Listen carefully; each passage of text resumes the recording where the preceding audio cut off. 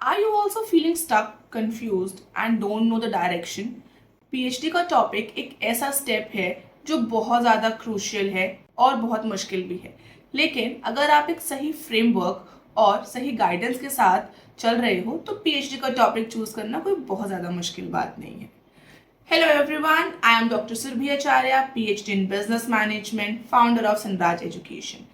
At Sanraj, we help students from selecting their PhD topic to finalizing their PhD thesis.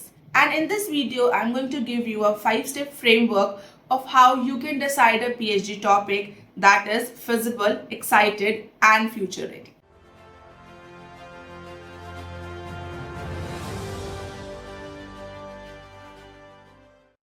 First of all you need to understand कि PhD का topic selection को rocket science नहीं है। कोई अलग से पढ़ाई करने की ज़रूरत नहीं है या फिर बहुत सारी खोज करने की ज़रूरत नहीं है।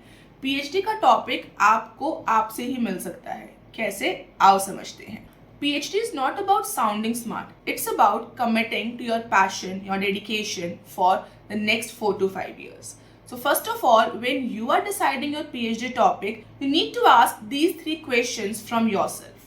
What topics can you talk about for hours? Which subjects during masters lit a spark in you? What problem do you genuinely want to solve? You need to understand the more passionate you are, the smoother your journey will be. जब भी PhD का topic decide करने वाले हो वहाँ पर आपको क्या एक्साइट करता है वो समझने की ज़रूरत है, ना कि आपके सुपरवाइजर्स को या फिर आपके पीयर ग्रुप को।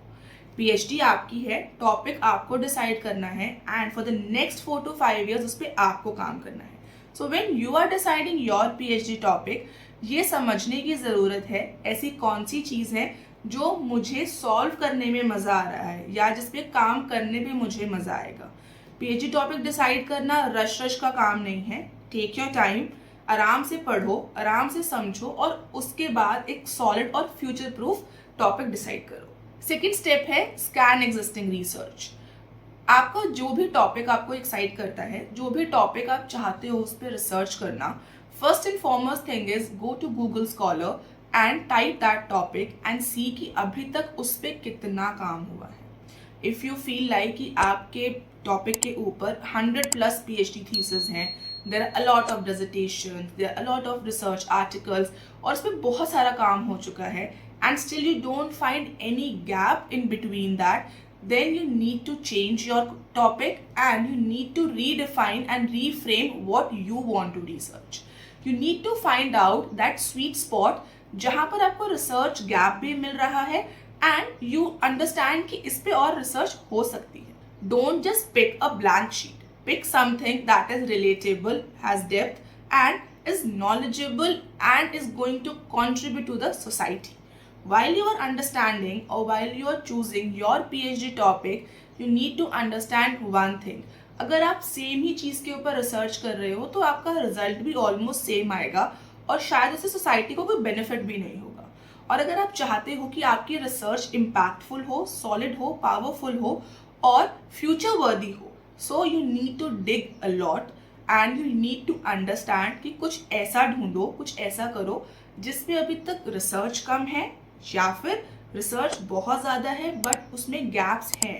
तो आपका वो जो गैप होगा वो आपका रिसर्च क्वेश्चन बन सकता है और वो आपका वर्थ टॉपिक भी बन सकता है। So now the third step is finding the gap. आपने लिटरेचर रिव्यू प्रॉपरली स्कैन कर लिया and you have the gap. Now you need to understand जो रिसर्च गैप है वो आपकी पीएचडी का सॉलिड फाउंडेशन है। आपके पीएचडी का सोल है एक रिसर्च गैप। आपके पास जितना बेटर रिसर्च गैप होगा, जितना वो वैलिड होगा, जितना वो रिसर्च वर्दी होगा, उतनी ही आपकी जो पीएचडी है वो इम्पैक्टफुल होगी। While you're looking out for research gaps, always look out for these 4 things.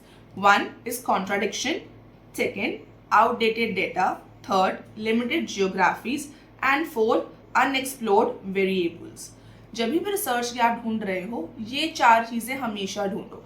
If you feel like किसी भी एक टॉपिक में या किसी भी एक पीएचडी थीसिस में ये 4 चीज़ों की कमी है, इन 4 चीज़ों को और बेटर तरीके से प्रेजेंट किया जा सकता है, तो ही आप उस टॉपिक के साथ आगे बढ़ो। Before finalising your research topic, at least read 15 to 20 research papers और उसमें हाईलाइट करो इसमें क्या मिसिंग है, ठीक है। उससे आपको समझ में आएगा कि क्या आपका रिसर्च टॉपिक रिसर्च वर्दी है या नहीं। फोर्थ स्टेप है align with your career goals. PhD एक करियर इन्वेस्टमेंट है। The more you invest in your career, the more your career will invest in you.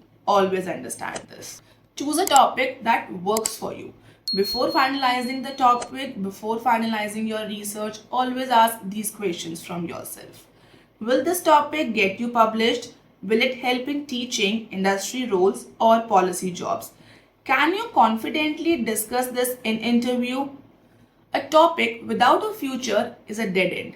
और अगर आप अपनी रिसर्च को पावरफुल और इम्पैक्टफुल बनाना चाहते हो तो आपको डेड एंड तो नहीं चाहिए, because you want a beautiful start. And if you are looking out for a beautiful start, always and always look out for something जो फ्यूचर में जाके और इवॉल्व होगा, ठीक है। क्योंकि आपकी जो पीएचडी है वो अभी आपको लिए फ्रेश है, बट 5 साल के बाद या 10 साल के बाद या 15 साल के बाद whosoever is going to read your thesis, उनको लगना चाहिए कि हाँ कोई वैलिड काम हुआ है। Whenever you are targeting a particular group, whenever you are targeting a particular area or you're deciding your PhD topic, you need to understand that कि वो आपके इंटरेस्ट के साथ अलाइन होना चाहिए, because it is human tendency कि अगर कोई चीज़ मुझे पसंद नहीं है तो मैं उसको बहुत शॉर्टर टाइम के लिए करूँगी, ठीक है। और PhD is not a short term course, it is not some summer internship और not a 6 months course. PhD takes time, PhD take your whole life. Okay, so you need to understand कि जिस चीज़ के ऊपर आप अपनी पूरी life लगाने वाले हो, अपने लाइफ का एक मेजर पार्ट लगाने वाले हो, and you are going to learn a lot in that journey, तो वो चीज़ आपको एक्साइट करनी चाहिए, इंटरेस्ट की होनी चाहिए और आपको वो करने में मज़ा आना चाहिए। बिकॉज जब आपको करने में मज़ा आएगा तो आपकी जो PhD की जर्नी है वो और ज़्यादा स्मूथ और मज़ेदार हो जाएगी। And the fifth one is check feasibility. जो भी टॉपिक आप डिसाइड कर रहे हो, जिस पे भी आप रिसर्च करने वाले हो, क्या वो टॉपिक, क्या वो रिसर्च थीम वैलिड और फिजिबल है या नहीं, ये भी चेक करना ज़रूरी है। Sometimes a topic might be interested on paper, but when it comes to reality, जब आपको डेटा कलेक्ट करना है, जब आपको एनालिसिस करना है, सर्वेस करने हैं, उस टाइम पे हो सकता है कि वो चीज़ फिजिबल ना हो। So when you are deciding your PhD topic, always and always make sure कि जो चीज़ पेपर एंड पेन पे अच्छी लग रही है वो ग्राउंड लेवल पर भी अच्छी लगनी उतनी ही ज़रूरी है। क्या आपके पास उतना डेटा, टाइम या टूल्स हैं जो आप उस रिसर्च को प्रॉपरली आगे बढ़ा सकते हो। So here's a checklist for you to decide whether your topic is feasible or not. Can you collect the data within your timeline? Do you need special tools, labs or permission? Can it be done in 3 to 4 years? जब भी अपना topic decide कर रहे हो तो पढ़ो। PhD में the more you read, the more you dig, उतनी ही आपकी जो PhD है वो सॉलिड और स्ट्रॉन्ग और पावरफुल होती है। सो फिजिबल है कि नहीं है, रिलायबल है या नहीं है, वैलिडेट होगी या नहीं होगी, रिसर्च गैप्स उसमें हैं, कितना काम उस पर अभी तक हो चुका है, आपका क्या इंटरेस्ट है, ये सारी जो चीज़ें हैं, ये सारी चेकलिस्ट है डिसाइड करेगी कि आपका जो PhD टॉपिक है वो रिसर्च वर्दी है या नहीं है। सो while you are deciding your PhD topic, always understand these 5 things: your interest zone, literature review, gap identification, career alignment, and feasibility check. Your PhD topic is your identity, so choose wisely. And don't forget, whenever you are in help, Sinraj is always there. If you need any help in selecting your topic, finalizing your research theme, you can always contact us and we are going to give you the best.